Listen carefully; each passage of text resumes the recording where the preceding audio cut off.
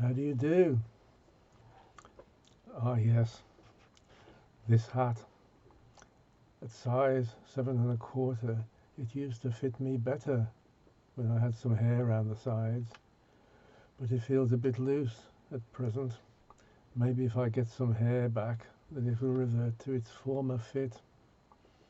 I assume the 7 1/4 sizing refers to the diameter of a circular hat, though hats in general, like heads, are not circular.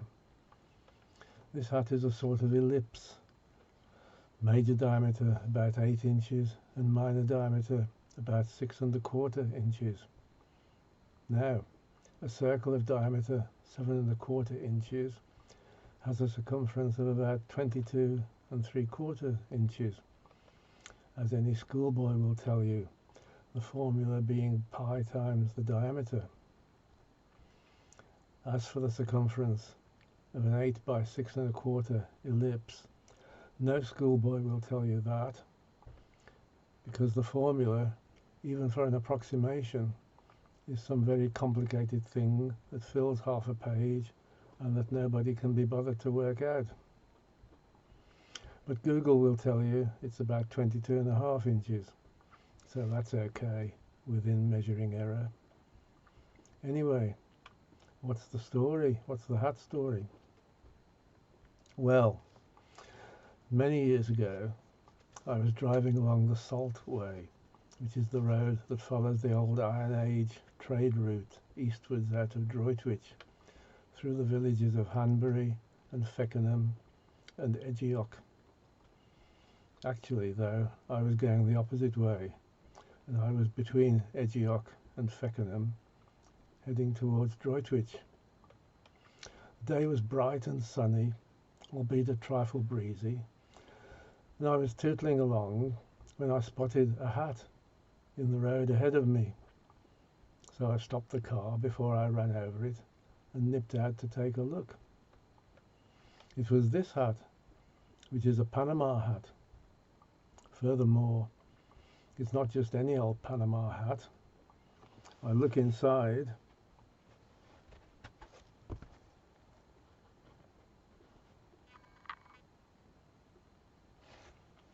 Yep.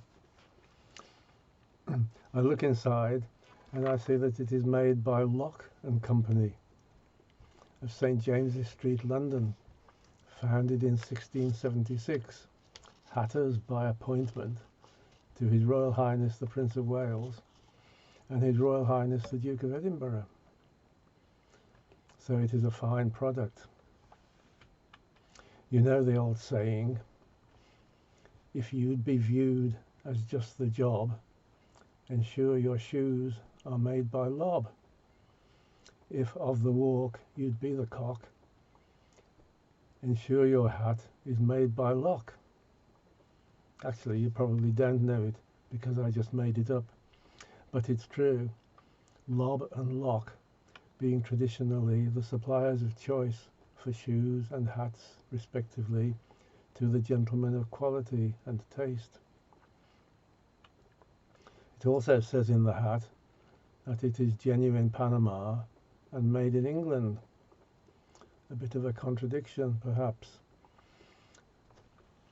I consulted my friend and fount of general knowledge, Eddie Kent, who told me that the real deal Panama hats come neither from England nor, as it happens, from Panama.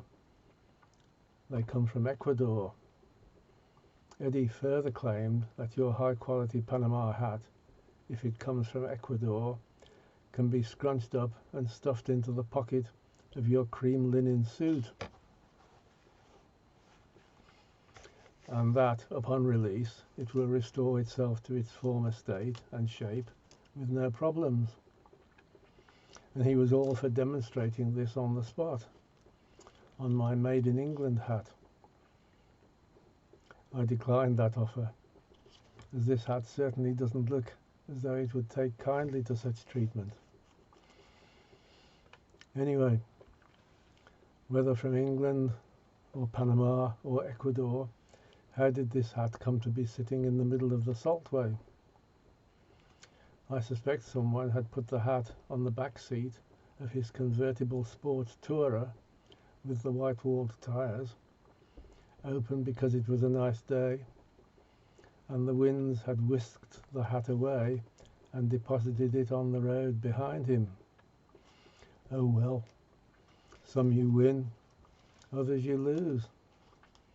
But if the owner was driving an open sports tourer and sporting a Lock and Company hat, then I expect he was a plutocrat on his way to grind the faces of the poor, and would care little about the loss of a mere £345.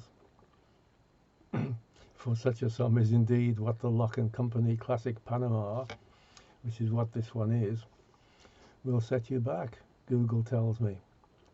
Well, when I were a lad, £345 would buy you the open sports tourer itself, never mind the hat to lay carelessly on the back seat.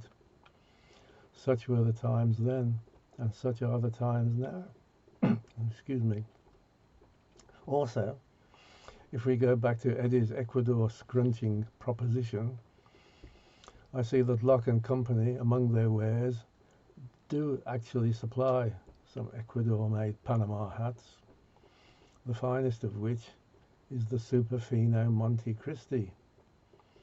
That one is for those who want the best, and it costs £1,495. It doesn't actually say that it's designed to be scrunched up.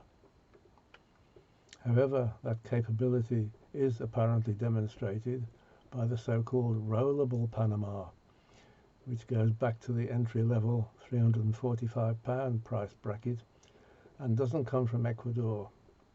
It can be stored rolled in a tube, but carefully, and not for more than a day or two, for travelling, say.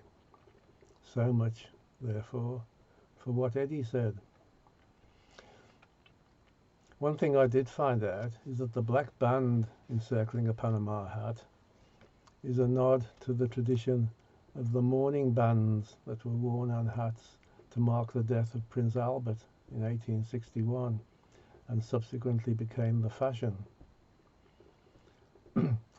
When my friend Paul Darby signs off his YouTube monologues, he encourages us to keep out the Oss Road, which is good advice.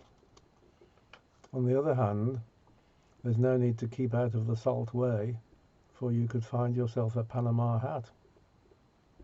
Ta-ra!